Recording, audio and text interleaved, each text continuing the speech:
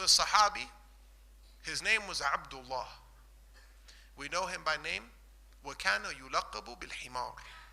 And his nickname was Donkey. Wallahi, it's in the hadith. His nickname was what? Donkey. And for the Arabs, that's a bad name. Like if you call someone Himar in Arab, you're going to fight them. It's fighting words. His nickname was what? Donkey. Radiyallahu anhu wa ardahu.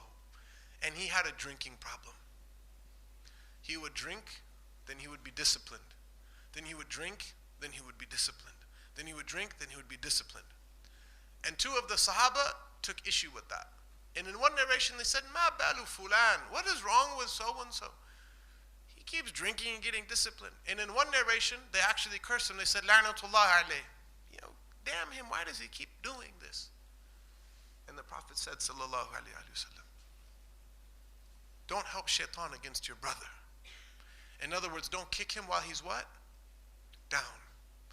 This is a lesson we have to learn from Muslims who are struggling. The brother comes, you know, the brother's drinking. You know, you're drinking, it's haram. Tell me something I don't know. You know, akhi, your girlfriend, she's haram, akhi. No, her name's actually Sally, but you could call her haram if you want to. So he goes home, he says, haram, yes, honey.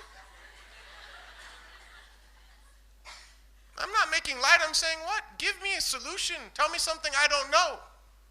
You know, people come to the mashayikh all the time, ya akhi, ya shaykh, make dua for me, I have a girlfriend. Akhi, it's haram. That's why I'm coming to you. Because I want a solution from a problem that I have. I don't want you to tell me something I already know. Yeah. Tell me something I don't know. Tell me how to conquer this. Tell me how to defeat it. Tell me how to get over it. I don't like it. There was even a Muslim called my office one night at like 9 o'clock at night. He was a homosexual. He said, I'm gay and I don't want to be gay and I don't like what I'm doing and I know it's wrong. And you know what he said to me next? Can Allah forgive me? Can Allah forgive me? I said, Allah can forgive whatever He wants. He doesn't forgive shirk, but He forgives other than that for whom He wills. He said, thank you, because I called another brother and he said to me, you might as well keep doing what you're doing because Allah's never going to forgive you anyway. Who died and made you the voice of divine rulings in the earth? You know what Allah's going to do and what Allah's not going to do? And in the Hadith Qudsi, it says what? I have forgiven so-and-so and rendered invalid all of the deeds of so-and-so because he said that Allah will never forgive so-and-so. Yeah? Allah will never forgive you. Well, you might have just erased all of the good deeds you ever did. Yeah. So, the Prophet says, sallallahu alayhi wa sallam, don't help shaitan against your brother. Remember whose team you're on. Shaitan's the enemy. Don't help him. And what does shaitan want people to do? He wants people to despair. And there are many youth, and you can take this from me, and I believe it applies to Singapore as well as it applies in America. There are many youth who are not more dedicated to Islam because they don't feel like they're good enough. And unfortunately, religious people just remind them of that every time they see them. Right or wrong? So you say, is there room? If you ask yourself, does your religious community, don't answer this. This is a trick question. You have been forewarned.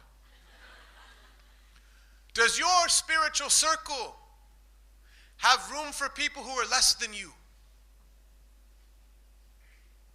If you answered yes, then you think there's people less than you. What does that say about you?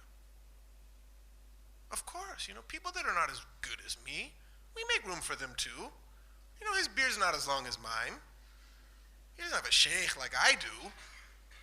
He doesn't, her hijab, her chin's a little uncovered. My whole chin's covered, right? I pray all 5 prayers in the masjid, of course. The people who are bad Muslims, we can make room for them. Oh, thank you so much, Jazakallah khair, you made room for us, right? If you think that there's anybody less than you, then you still have kibr in your heart. You still have arrogance in your heart. You say, Akhi, what do you mean? What are you talking about? Did you hear Sayyidina Umar, who said what? If it was called on the day of judgment, everybody will go to paradise except for one person. I would fear that was me. And if everybody was going to go to hell except for one person, I would hope that's me. That's Omar, who the Prophet told he would go to paradise, and he still feared that he wouldn't go to paradise. So if there's people less than you, then there's a problem. But if you answered no, then you're really in trouble. Because what? That's why I said don't answer, right? I tricked my staff one day. We had a staff meeting. I said, "Is your spiritual community have room for people less than you?" Someone's like, "Yeah, of course, of course." Another person's like, "No." I was like, you blew it, man. You totally Oh, Allah. I should tweet that, no? Facebook it, right? 150 comments, yeah. Of course, we make room for everybody, even the bad people. Sayyidina Muhammad sallallahu alaihi wasallam, he did something even deeper than all that. Ya Habibi, ya Rasul. He said, don't curse him because he's a person who loves Allah and His Messenger. Ya salam. He's drinking. I told you once, I told you 1,000 times. I've disciplined you. You know I'm Rasulullah. This isn't a fatwa. This is straight from the mouth of, right? The Prophet himself. Don't drink. He's been disciplined. Don't curse him because he's a man who loves Allah and loves His Messenger. Sallallahu alaihi wasallam. How many of us could say to a young person who comes to you and says, "You know my girlfriend Haram, aka Sally? She's interested in Islam." Could you say to that person, "Man, mashallah, you love Allah and the Messenger"? No, I can't say that. Why? Because it would give him permission to love. The Prophet says about a man who's drinking, one of the reasons is because he's looking with the light of prophecy, so he knows this man. When the companion heard that, he said, "Did the Prophet say that I love Allah and His Messenger?" He said, "Yeah." He made tawbah and he didn't go back to it.